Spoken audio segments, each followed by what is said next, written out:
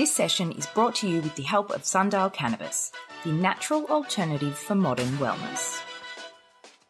Hello and welcome to Sessions by the Herb Life. My name is Tiana, your friendly sessions facilitator, and we are back for Season 2 with a whole new lineup of women who have made cannabis their business. As you probably know, Sessions is a podcast that aims to bring forth the conversations happening on the ground of this exciting industry. We want to generate new ideas and highlight some of the plant's greatest advocates. By bringing together a rotating roster of people with an emphasis on women and diversity, we hope to share with you the passions, the challenges, and the triumphs of those working in the cannabis space. Much like you, my job really is just to sit back and enjoy the ride. And don't forget to subscribe to the e-newsletter at herblifestyle.com to stay up to date with all the sessions info. This episode you'll hear from Jamie Shaw, Chief Communications and Culture Officer at Pasha Brands. A cannabis industry veteran, Jamie has spent much of her time lobbying for cannabis reform in Canada. She's worked as a consultant in education, communication and advocacy and is a well-known figure in the cannabis community. She's joined by co-host Ashleigh Brown, founder of SheCann, one of the first online cannabis communities catering to women. SheCann is both a cannabis education platform and resource, as well as a digital space that encourages women to ask questions and share their cannabis experiences. Ashleigh was introduced to medicinal cannabis after a long battle with her own health issues, which saw her having up to 100 seizures a day. Her story is actually pretty inspiring, and it in turn inspired her to create SheCann to ensure other women felt supported in their own explorations of cannabis. As someone who's only been working in this industry for about 2 or 3 years, SheCann was actually a great resource for me when I first got started. This episode, titled Awkward by Jamie Shaw, is our first ever self-titled episode, and it pays homage to the current state of legal cannabis, just 1 year after its legalisation in Canada. Now, we often hear discussions around the challenges of the current legal framework, so perhaps we should preface this conversation with an assurance that we all welcome the end of cannabis prohibition. The federal legalisation of cannabis in Canada is certainly a step in the right direction, and with any luck it will play a very important role in the global shift. However, as both Jamie and Ashleigh have laid out in this episode, the process of legalisation and its consequences have in some parts of the country actually diminished access for patients and consumers, and it's done little to address the damage of a century of prohibition. Instead of legalisation being part of a collective shift in consciousness around the plant, the change was implemented as a means to an end, as Ashleigh puts it, and has thusly failed to address many of the issues that underpin the industry. To make matters even more challenging, the tight regulations implemented by Health Canada have paralysed so many players in this industry, making it difficult for the industry itself to champion change by doing any of the necessary groundwork. But it's not all bad. The overarching theme of this awkward session is the idea that it's now up to patients and consumers to be the voice of change. Luckily, as Ashleigh points out, it's a very rapid shift from skeptic to patient to advocate, but there's still a lot of work to be done. And without further ado, I will pass it on to these wonderful ladies, Ashleigh and Jamie.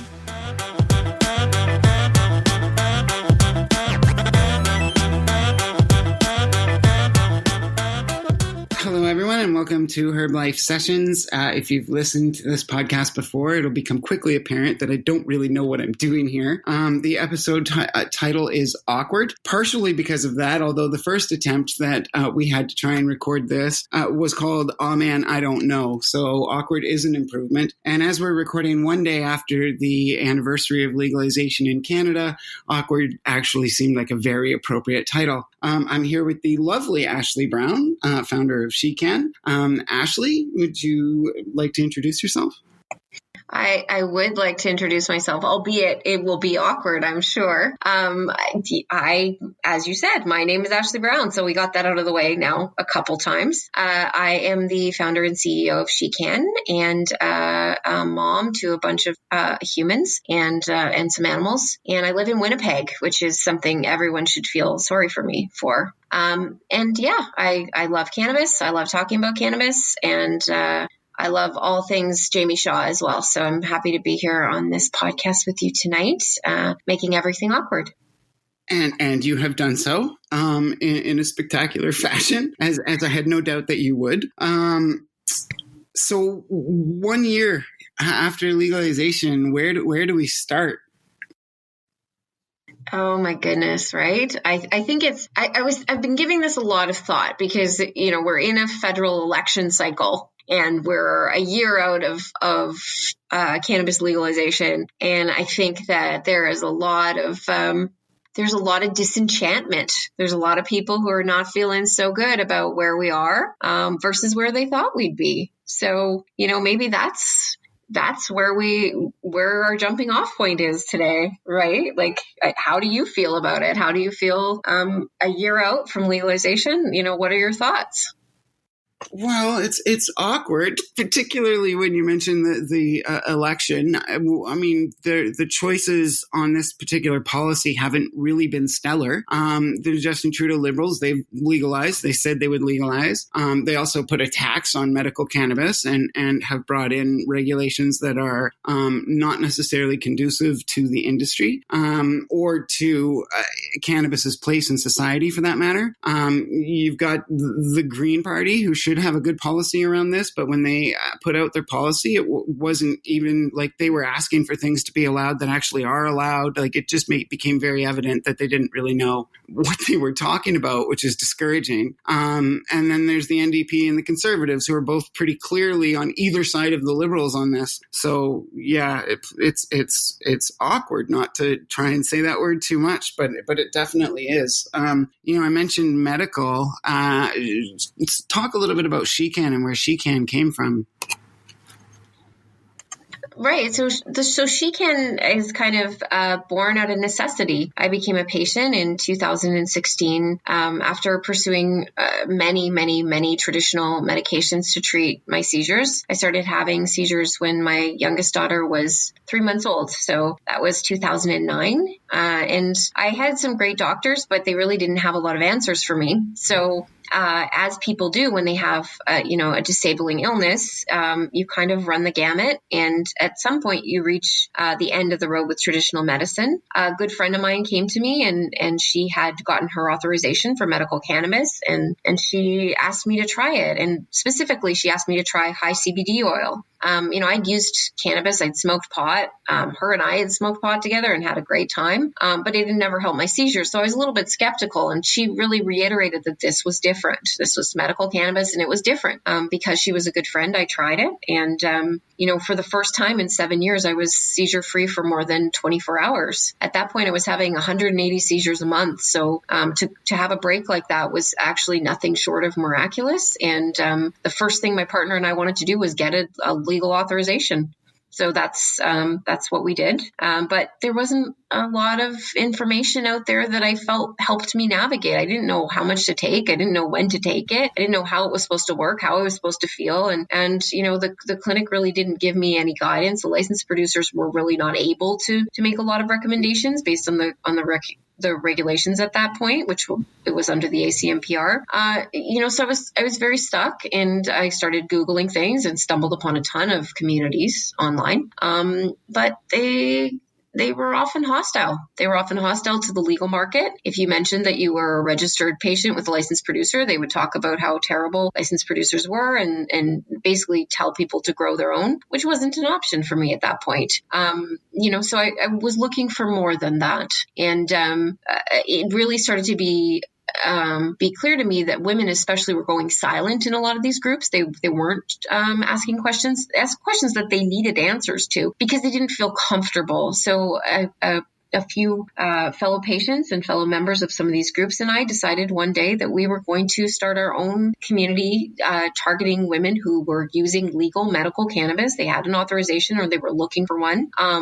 And make it a group that was about support and compassion and fact-based education and about access within the system as it existed then and as it exists now. So in June of 2017, we founded SheCann, specifically as a closed group on Facebook. And now we are 2.5 years out, and we are almost 8,000 members across 3 platforms. So still Canadian, still female focused, with a lot of support from the industry and a lot of very invested patients who are really showing up for each other every day to talk about everything from parenting to dosing to, condition specific information to research, and doing it in a way that is compassionate and, is really very genuine to what they themselves have created in this community.